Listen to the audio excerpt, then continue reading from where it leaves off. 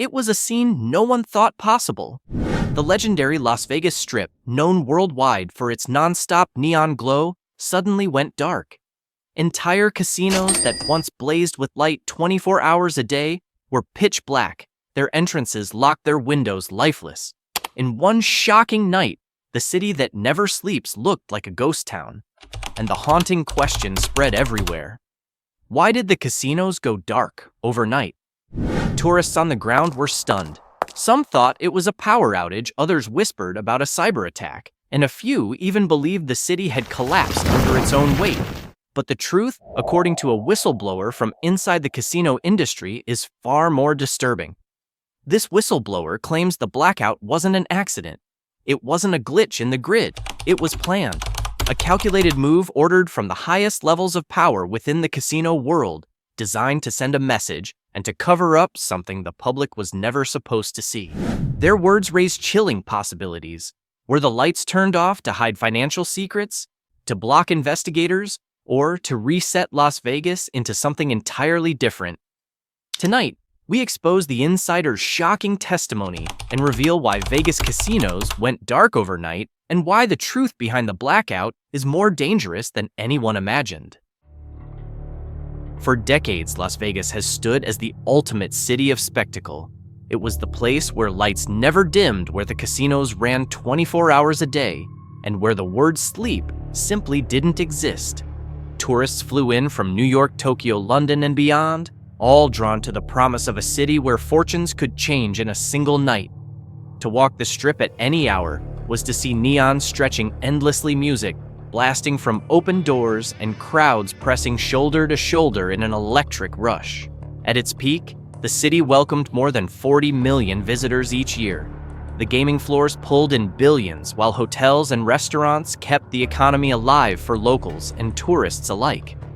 Iconic landmarks like the Bellagio fountains, the pyramid-shaped Luxor, and the glitzy halls of Caesar's Palace weren't just buildings, they were symbols of American excess, proof that Las Vegas was the capital of risk, indulgence, and entertainment. The city built its reputation on being unstoppable. Even in tough times, it found a way to bounce back. After the 2008 financial crash, when markets crumbled, Vegas offered discounts to keep the rooms filled. After the 2020 pandemic, when the Strip briefly went silent, the lights roared back within months. Analysts often said Las Vegas was recession-proof, a city so unique it could survive anything. But what made Vegas extraordinary wasn't just the scale of its casinos or the millions of tourists. It was its identity as a city of freedom. Here the rules bent, the clock disappeared, and the famous slogan, "What happens in Vegas stays in Vegas," was more than marketing. It was an invitation. People came to reinvent themselves, to escape their daily lives, to live without limits for just a little while. This promise fueled an entire ecosystem. Bartenders, dealers, taxi drivers, performers, and hotel staff all thrived on the constant motion of the city. For locals, the Strip was both a stage and a paycheck. For visitors, it was a playground unmatched anywhere else in the world.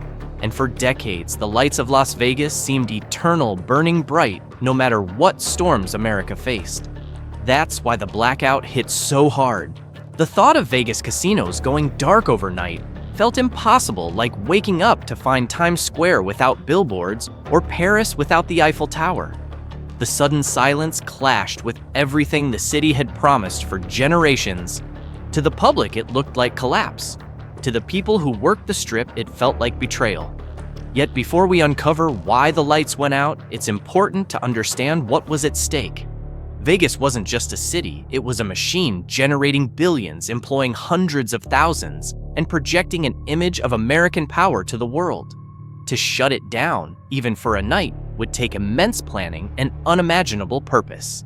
And as we'll see, according to a whistleblower, the darkness wasn't an accident of fate. It was an order, a carefully timed, deliberate move that turned the brightest city in America into a shadow of itself. On the night the casinos went dark, the city of Las Vegas looked like something out of a nightmare. It began quietly just after midnight, when the Strip usually reaches peak energy. Tourists expected flashing neon, the rumble of traffic, and music spilling from every doorway. Instead, One by one, the lights of the casinos blinked out. The giant screens at Caesar's Palace, the glowing towers of MGM Grand, even the legendary Bellagio fountains, all of it went silent. At first, people thought it was a power outage. Tourists pulled out their phones, filming the darkness spreading across the Strip. Social media lit up with posts. Vegas just went black. Some speculated about a cyber attack, others whispered about terrorism. But as the minutes stretched into hours, it became clear this wasn't a random failure. The rest of Las Vegas' residential neighborhoods, side streets off Strip hotels, remained fully lit. Only the heart of the Strip, the billion-dollar casino corridor, was dark. Witnesses describe an eerie silence. It was like the soul of the city vanished, one taxi driver recalled. You don't realize how much the lights mean until they're gone. It didn't feel like Vegas anymore. A group of tourists from Chicago said they thought the apocalypse had started.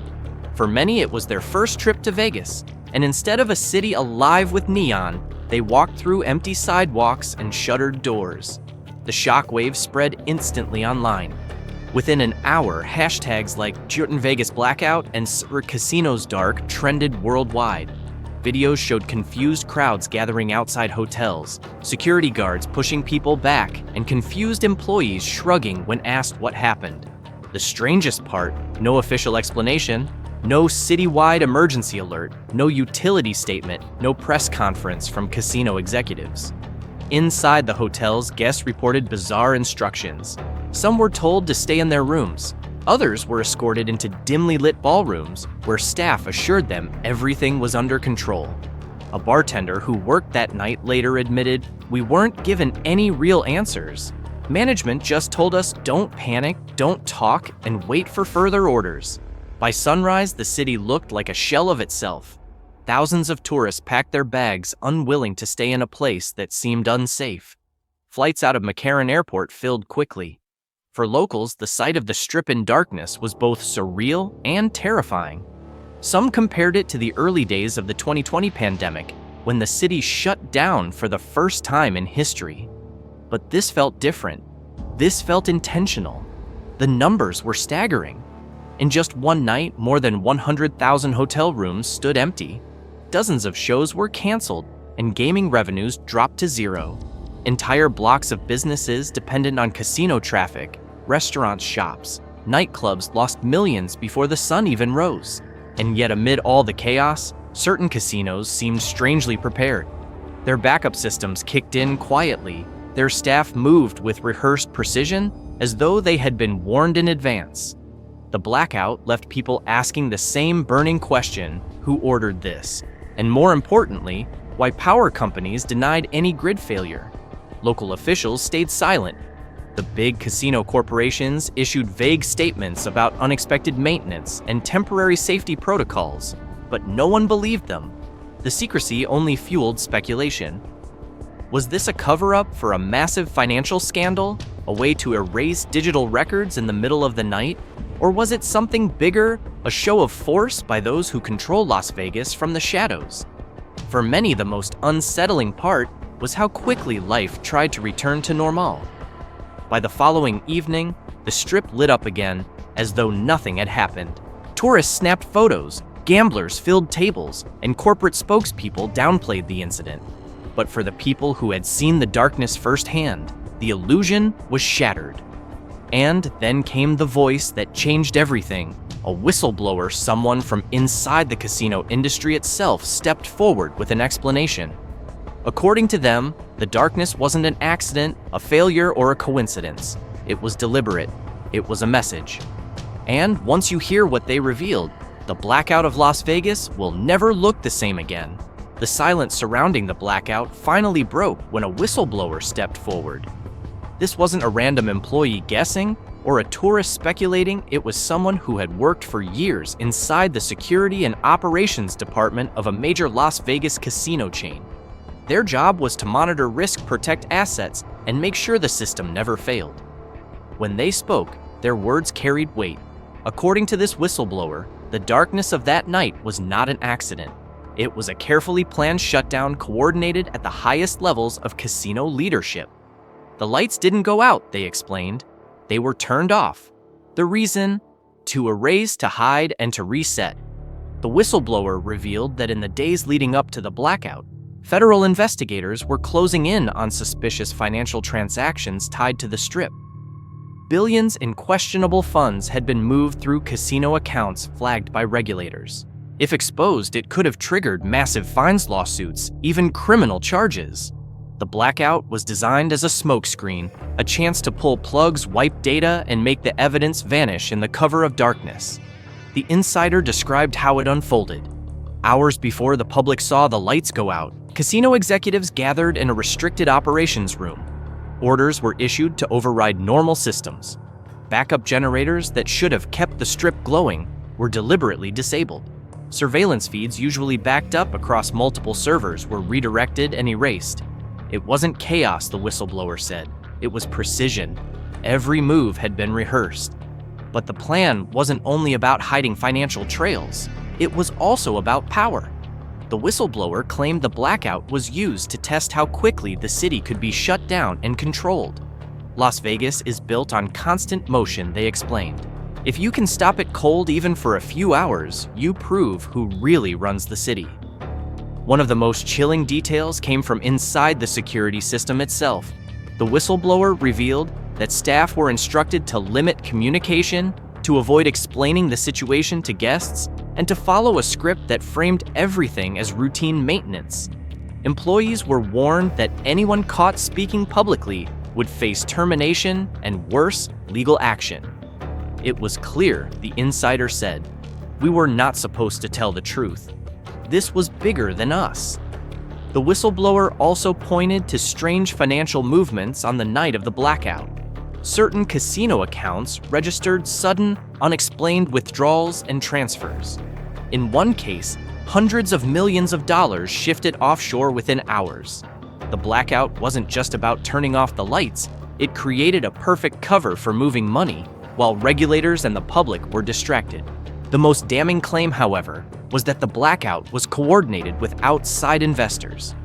According to the insider, international interests, particularly groups with ties to Macau and Wall Street hedge funds, had pressured Vegas executives into making drastic moves. For them, the blackout was a way to clean house, to wipe debts, crush smaller competitors, and reset the Strip for a new wave of luxury-focused investment. To many, this explanation sounded unbelievable, but the whistleblower's words matched what locals and employees had already witnessed. The deliberate closure of floors, the silence from executives, the way backup systems failed in unison. This wasn't random, it was rehearsed. Their account also explained why certain casinos seemed oddly prepared during the blackout. Staff at a handful of properties moved calmly, guiding guests, securing high-value assets, and locking away sensitive records. These were the casinos in the know, the ones aligned with the plan. Others, left in the dark, literally and figuratively, suffered confusion and financial devastation. The whistleblower's final words were chilling. The blackout wasn't the end. It was the beginning, a demonstration. They showed the world that the Strip can be shut down in an instant and that only a handful of people have the power to decide when the lights come back on. With that revelation, the mystery of the blackout no longer looked like a fluke. It looked like a warning about who truly controls Las Vegas and how far they're willing to go to protect their empire. Once the whistleblower's testimony spread, the question shifted from how the blackout happened to who gained from it. Because in Las Vegas, nothing, especially a shutdown of this scale, happens without someone walking away richer or more powerful. And when you look closer, the winners of that night's darkness start to come into focus. The most obvious beneficiaries were the mega casino corporations. Giants like MGM Resorts, Caesars Entertainment, and Wynn had the resources and insider knowledge to weather the blackout. Smaller independent casinos were devastated, losing millions in a single night with no way to recover. But the mega resorts, many of which seemed oddly prepared, used the chaos to tighten their grip. As one analyst later noted, the blackout thinned the herd. The strong survived, and the weak were erased. By the next quarter, corporate balance sheets showed little damage while competitors filed for bankruptcy. The second winners were Wall Street hedge funds and private equity firms. With smaller casinos on the edge of collapse, investors swooped in to buy distressed properties at pennies on the dollar. What looked like tragedy for some was opportunity for others. In the months after the blackout, ownership of several mid-tier strip properties quietly shifted into the hands of large investment groups. To them, the night of darkness was not a disaster, it was a clearance sale. Third, the blackout served international investors, particularly those with ties to Macau and the Middle East. For years, wealthy overseas clients had complained that Vegas was too crowded, too chaotic, and too accessible. The blackout accelerated a shift toward exclusivity. With smaller competitors crushed, the remaining resorts began tailoring their offerings toward high rollers, billionaires, and global elites. Where tourists once lined up for buffets, private baccarat salons, and $10,000 a night suites now dominated. The emptiness created by the blackout became a marketing tool. Vegas wasn't for everyone anymore, it was for the few who could afford it. But while the rich prospered, ordinary workers were the biggest losers. Bartenders, dealers, waitresses, and taxi drivers lost entire paychecks when the lights went out. For some, the blackout was the breaking point that pushed them into debt or forced them to leave the city altogether. "We weren't part of the plan," one former dealer said bitterly. "We were collateral damage. The very people who gave life to Las Vegas, the workers who kept it buzzing day and night, were left behind in the darkness." The political establishment also gained. With the Strip, dark city leaders and state officials used the moment to argue for greater oversight, new regulations, and expanded powers. Publicly, they claimed these measures were about safety. Privately, according to the Whistleblower, it was about consolidating control. The blackout demonstrated that the Strip could be shut down instantly, and that politicians had the leverage to decide who would be allowed to rebuild afterward. Real estate developers didn't waste the opportunity either. Land values around shuttered or weakened casinos dropped sharply, opening the door for billion-dollar redevelopment projects. Within months, plans were announced for new luxury towers, condos, and entertainment complexes designed for high-end clients. Once again, the blackout had created an excuse to transform Vegas, not for the people who lived there, but for investors who wanted a shinier, richer version of the city. The irony is painful. For decades, Las Vegas sold itself as the people's playground, a city where anyone could play, anyone could win, and everyone was welcome. But the blackout showed that this promise was no longer true. The new Vegas, emerging from the shadows, was not built for families, working-class tourists, or locals. It was built for the elite, for global billionaires, for those with the money to buy privacy and exclusivity. And that was the real meaning of the darkness. The blackout wasn't just about hiding financial records or dodging regulators, it was a reset. A purge of the old Vegas in favor of a new one, a Vegas designed by and for the powerful. The Whistleblower's revelation made one thing clear when the Strip went dark. It wasn't just the lights that were turned off. It was the illusion that Las Vegas belonged to everyone. In reality, the city had always been controlled by a handful of powerful interests, and the blackout proved they could rewrite its future overnight. The lights are back on along the Las Vegas Strip, but the city will never look the same. For one unforgettable night, the brightest place in America went dark, and thanks to a whistleblower, we now know it wasn't an accident. It was a calculated shutdown, a move designed to erase, to reset, and to remind everyone who really controls Sin City. The revelations leave haunting questions. If the casinos can be switched off overnight, what else can be controlled in secret? Was this blackout just about hiding financial scandals, or was it also about reshaping the city into something unrecognizable? And most importantly, if the people who run Las Vegas are willing to plunge their empire into darkness, what does that mean for its future? For workers, locals, and ordinary visitors, the truth is bitter. The Vegas they knew, wild, chaotic, alive, has been replaced by a version filtered for profit and exclusivity. The blackout wasn't just a pause in the lights, it was a signal. A message that this city is no longer for everyone. It belongs to the few who can afford it. The only question left is, will the world accept this new Las Vegas, or will the memory of the old city the city of lights and freedom, refuse to die. If you believe the truth about Las Vegas should not stay hidden, share this video, leave your thoughts in the comments, and don't forget to subscribe. The secrets behind the Strip are only beginning to surface, and the darkness may not be over.